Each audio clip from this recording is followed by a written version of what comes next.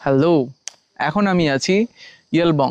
ইয়েলবং কালিম্পং ডিস্ট্রিক্টের একটি offbeat village, যেটা অ্যাডভেঞ্চার লাভারদের কাছে কিন্তু অনেকটা ফেমাস। সো এখানে আমাদের গ্রুপ ট্রিপ আছে, সেই কারণেই আমি এখানে এসেছি। তো গতকাল আমি রওনা দিয়েছি সন্ধ্যে 6টার রকেট বাসে করে। এটা কিন্তু রকেট বাস।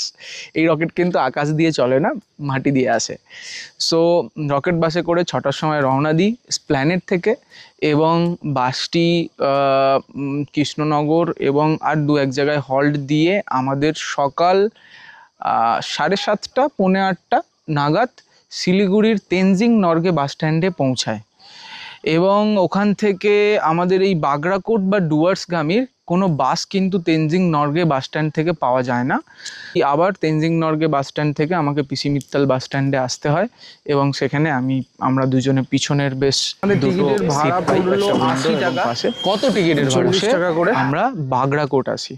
বাগড়াকোটে নামার পর আমাদের বাগড়াকোট থেকে রীতিমতো আমাদের যে এখানে গাড়ির সমস্ত কিছু তত্ত্বাবধানে আছে জিলবার্ডা, ওনাকে ফোন করা হয়, উনি আসেন। বাগড়াকোটে আমরা একটু চা কফি খাই, তারপর আমরা বাগড়াকোট থেকে রওনা দিই।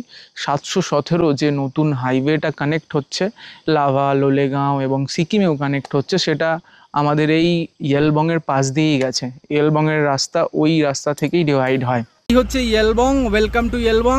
আর আমাদের যেতে হবে হচ্ছে এই রাস্তা ধরে নিচের দিকে নামতে হবে, ওই রাস্তা ছেড়ে। চলো যাওয়া যাক। তো ওই রাস্তা দিয়ে আমরা আসি। ভীষণ সুন্দর ওয়েদার এবং বেশ ফটোজেনিক একটা ওয়েদার আজকের এখানে। বেশ বিগত কয়েকদিন ধরে বৃষ্টি হচ্ছিল, লাস্ট 2-3 ডেজ এখানে বৃষ্টিটা নেই।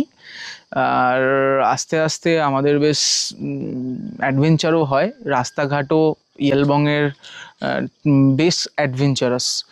তো তোমার মনে হবে যে হ্যাঁ, এটা একটা অ্যাডভেঞ্চার হতে চলেছে। রাস্তাতে যখনই ইয়েলবংয়ে ঢুকবো তখনই বুঝতে পারা যাবে যে এটা একটা অ্যাডভেঞ্চার কিন্তু হতে চলেছে। এবং রাস্তায় তো আমরা একটা মনিটর লিজার্ডও দেখতে পেলাম। হচ্ছে তোমার এই যে গর্গেলটা দেখলাম রাস্তায়, ওটা এখানে খেলে নাকি কি হয়, কাস্তে কাস্তে মরে যায় সেই মানুষ। হ্যাঁ, সেই মানুষ বেঁচে যায়। বেঁচে যায়? হ্যাঁ, বেঁচে যায়। ওর মাংসটা খেলে এতটাই হয়? বহুত টেস্টি আছে মাংসটা। হাঁপানি রোগ বলে ওটাকে, হাঁপানি রোগ। হাঁপানি রোগটা চলে যায় ওর মাংসটা খেলে?